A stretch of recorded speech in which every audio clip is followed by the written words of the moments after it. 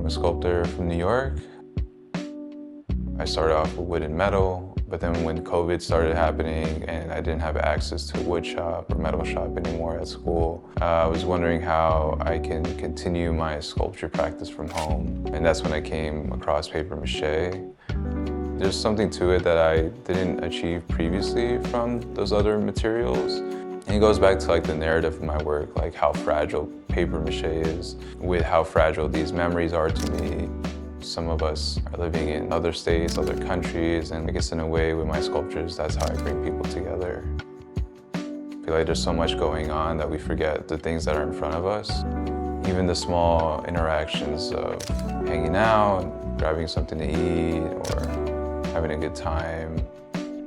I don't let anything else distract me when I'm in those moments. I'd say that my work is like a reminder for myself to be present and to hopefully remind other people as well to be present with their relationships, with their family and friends.